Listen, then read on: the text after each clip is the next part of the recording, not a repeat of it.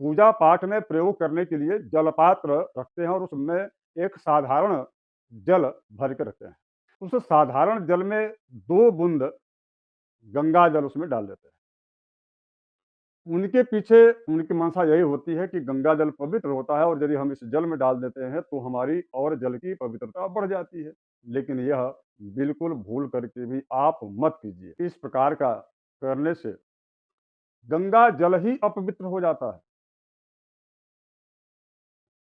आगे बढ़ूँ इसके पहले एक छोटा-सा आपसे आग्रह है कि यदि आप नए दर्शक हैं तो आप सब्सक्राइब ज़रूर कर लीजिएगा, लाइक कर लीजिएगा और इस वीडियो को अत्यधिक सनातन धर्मावलंबियों के पास शेयर ज़रूर कीजिएगा। मैं इसलिए कह रहा हूँ क्योंकि कहा गया है सर्वत्र पावनी गंगा त्रिषु स्थानेषु दूषिता मलक्ष स्पर्शे सुरा भांडे अंडोदक विमस्त्रणे।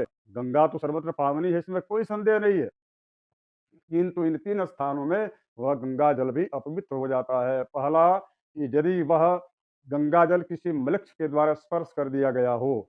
दूसरा, यदि वह गंगा जल किसी जिसमें मदिरा रखा गया हो पात्र में, उस पात्र में यदि गंगा जल डाल देते हैं, तो गंगा जल भी अपवित्र हो जाता है और उसके बाद साधारण जल में यदि गंगा जल डाल देते हैं, तो वह गंगा जल अपवित्र माना जाता है। तो आप पूजा पाठ में इसका ज़रूर ध्यान रखिएगा। धन्यवाद।